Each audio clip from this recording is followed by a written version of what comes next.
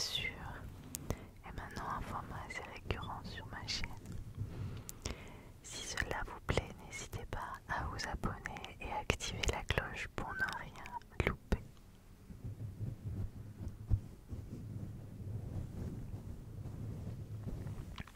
Alors, comme je ne connais pas tout par cœur, j'ai une petite note à côté, donc il ne faudra pas m'en vouloir si je regarde à côté.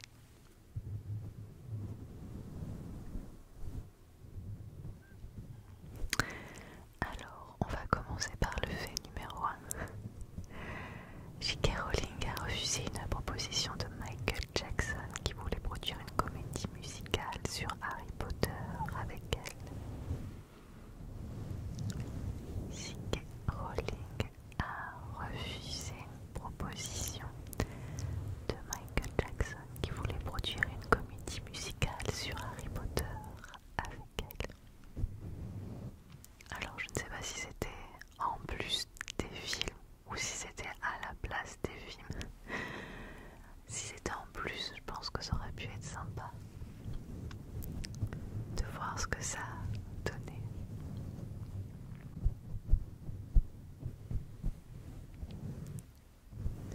Fait numéro 2. Je ne sais pas vous, mais moi j'aime toujours les chiffres dans les petits faits insolites. J'ai toujours trouvé ça très rigolo. Alors, 160 paires de lunettes ont été utilisées par Daniel Radcliffe durant ses 8 tournages. 160 paires de lunettes ont été utilisées par Daniel Radcliffe durant ses 8 tournages. Je ne sais pas ce qu'il faisait de ces lunettes par contre, parce que vous me voyez jamais avec des lunettes devant la caméra, mais en fait j'en porte. Oui, j'en porte au travail. Devant l'ordinateur, en fait, je suis un stigmate et hypermétrope, mais pas fortement. Mon fils porte des lunettes aussi pour les mêmes raisons, mais il est beaucoup plus hypermétrope et astigmate que moi. Et mon mari aussi porte des lunettes, vous l'avez vu en vidéo, donc pour les mêmes raisons, hypermétrope et astigmatie. Là je m'éloigne du sujet, mais non, c'est les paires de lunettes.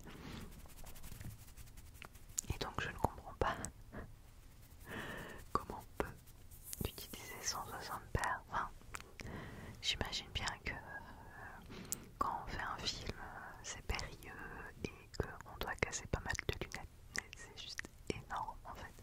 Moi, on n'a jamais cassé une seule paire de lunettes alors qu'on les porte tout le temps. Donc, enfin, moi pas tout le temps. Fait numéro 3. J.K. Rowling a inventé le Quidditch après une dispute avec son petit ami. Alors en fait, elle s'était disputée avec lui. Elle était un petit peu énervée. Elle est partie ensuite dans un pub boire un verre pour se calmer. Et en fait, quand elle était dans le bar, elle a été en train d'imaginer son petit copain en train de se faire massacrer par un cognard. C'est violent, voilà, c'est juste qu'on est énervé, bien sûr, il ne s'est pas pris de coup. Enfin, j'en sais rien, mais je ne crois pas. Mais du coup, c'est comme ça qu'elle a imaginé, en tout cas, le Quidditch.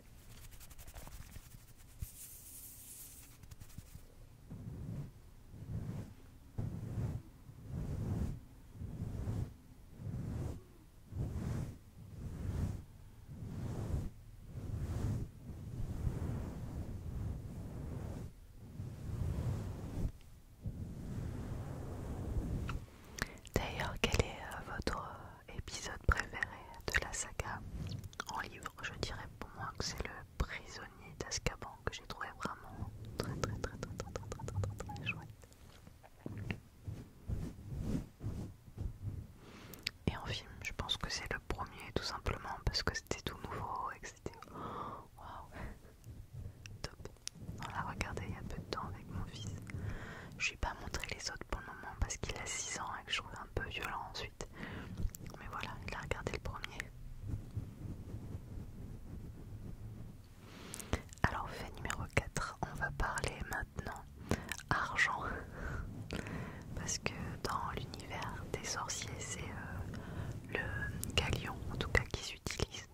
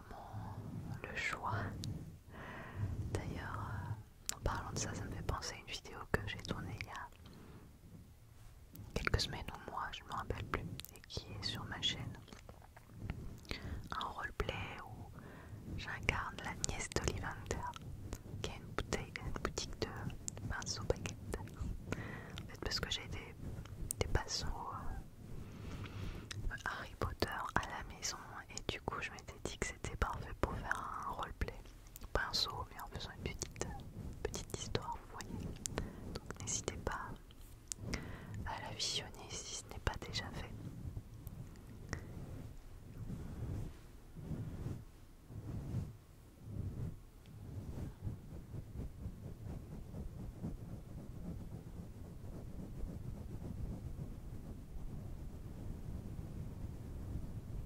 Ah, juste à côté de moi, j'ai une baguette. Ça, c'est la baguette de Dumbledore, pardon. De Dumbledore.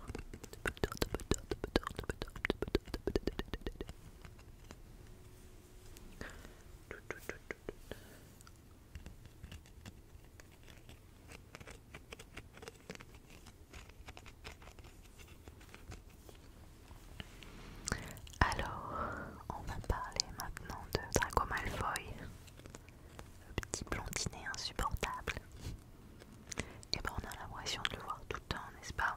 On a l'impression que dès que Harry est quelque part, il n'est pas loin pour l'enquiquiner, pour l'embêter, pour lui dire des méchancetés. Qu'en pensez-vous? C'est vrai, on a souvent l'impression de ça.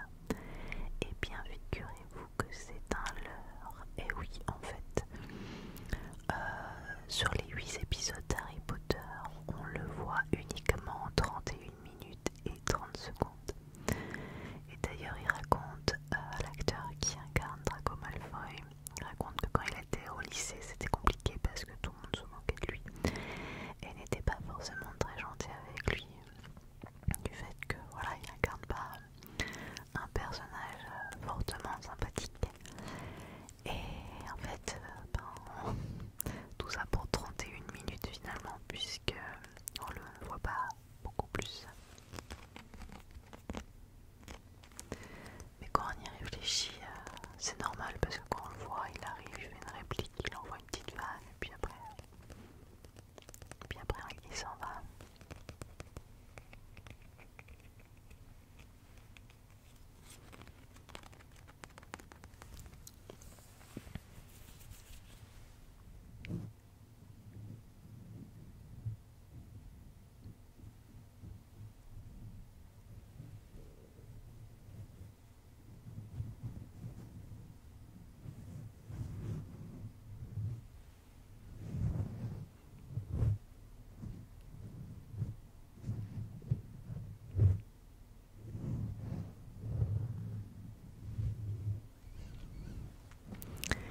Alors fait numéro 7. Lily et James, les parents de Harry, donc ils se sont mariés très très tôt, puisqu'ils se sont mariés juste à la sortie de l'école. Ils avaient 19 ans à peine, ouais, pas très vieux. Et ils sont morts à 21 ans. Ils étaient tout jeunes. Et Harry, il avait 1 an et quelques quand ses parents sont morts. Donc, en fait, Lily, elle est tombée enceinte de Harry. Elle avait 19 ans. Et finalement, Harry, à la fin de la saga, il a plus ou moins cet âge-là. Donc, c'est assez étrange.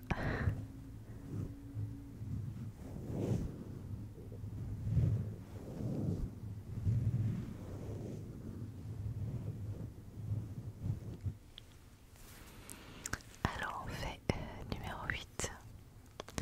Et bien en fait c'est pas si facile que ça d'être un acteur pour Harry Potter, enfin dans le film Harry Potter, parce que forcément il faut pas qu'il se blesse, et s'il ne faut pas se blesser, ben, il faut pas faire des choses à risque.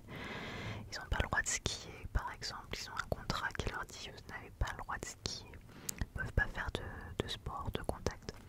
En gros ils peuvent faire du golf et c'est à peu près tout, mais ils peuvent pas faire plus parce que s'ils se blessent c'est assez compliqué ensuite pour filmer.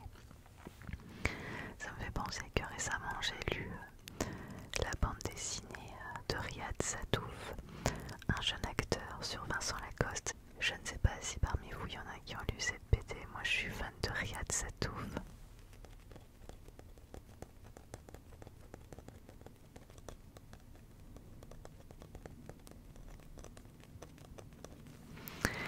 Et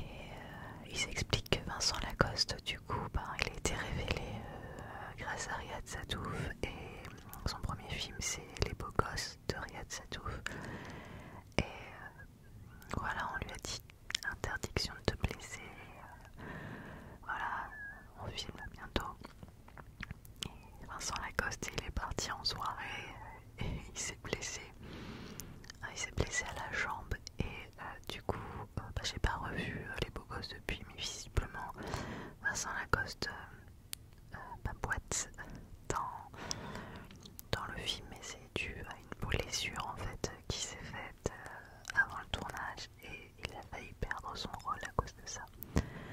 Donc voilà, Riyad Satouf, c'était son premier film et c'est des petits budgets, hein. Vincent Lacoste était payé 8 000 € pour ce rôle, donc vous imaginez bien que quand on parle d'un film comme Harry Potter, c'est pas du tout les mêmes budgets et forcément il ne faut absolument pas que les acteurs se blessent. Fait numéro 9. Alors Daniel Radcliffe, il a auditionné pour le rôle d'Harry Potter après avoir été repéré lors d'une sortie au théâtre avec son papa. Et c'est le producteur David Heyman qui l'a repéré. Et le lendemain, il faisait des essais. Donc comme quoi, même dans la rue, on peut être repéré. C'est assez rigolo.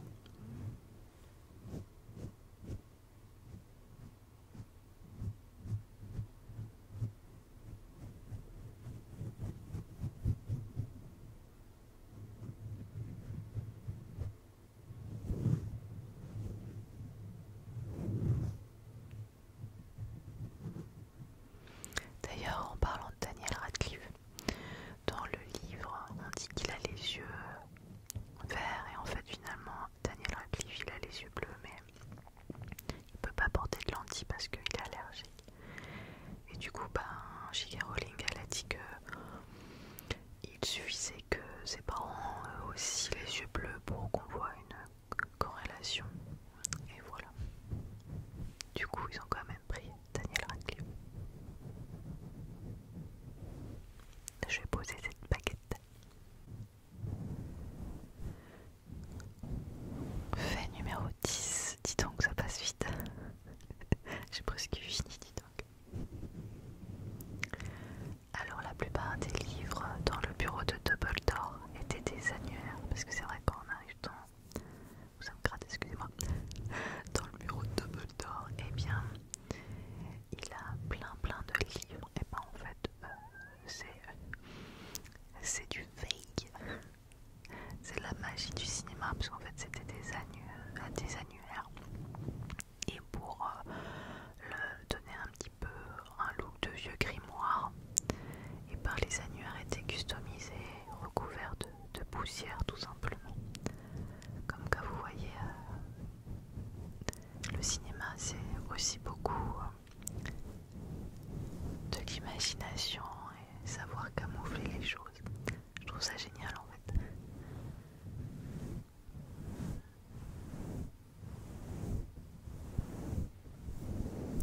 Vous savez que je suis en train de vous parler de ça, mais en fait ça m'a donné super envie de regarder la suite de la saga. Parce que j'ai regardé l'autre jour là, le 1 avec mon fils, mais je crois que je ne vais pas attendre très longtemps pour regarder le 2. Peut-être pas avec lui parce que le basilic ça va lui faire peur. Mais je vais m'enchaîner le 2, le 3, le 4, le 5, le 6, le 7.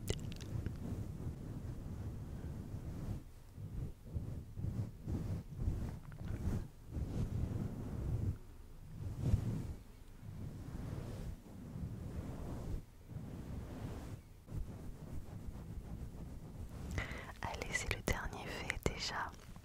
Le temps passe trop vite à vos côtés.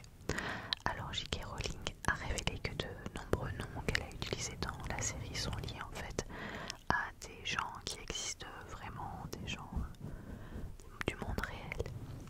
Alors certains noms sont choisis par exemple parce que quand elle a écrit Harry Potter, et elle se trouvait dans un cimetière et enfin il y avait un cimetière pas loin et il y avait du coup des noms sur les petites pierres tombales et elle a pris certains noms de famille par exemple. Mais cependant pour les Potter, un personnage principal quand même on le choisit pas par hasard le nom. Et bien en fait Rowling explique qu'elle a choisi ce nom de famille par rapport à des amis d'enfance. Vicky et Ian Potter, c'était les frères et sœurs Ian et Vicky.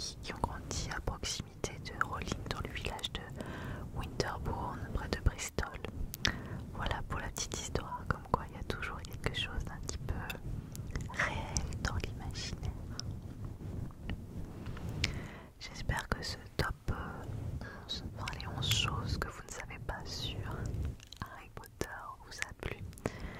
Si vous avez des idées pour les prochains thèmes des 11 choses que vous ne savez pas sur, n'hésitez pas à me le noter dans les commentaires. Si vous avez d'autres petits faits insolites sur Harry Potter, n'hésitez pas à me le mettre également dans les commentaires. Un petit pouce bleu si vous avez apprécié la vidéo. C'est important pour moi parce que ça aide à la visibilité de la chaîne, donc je vous en remercie par avance.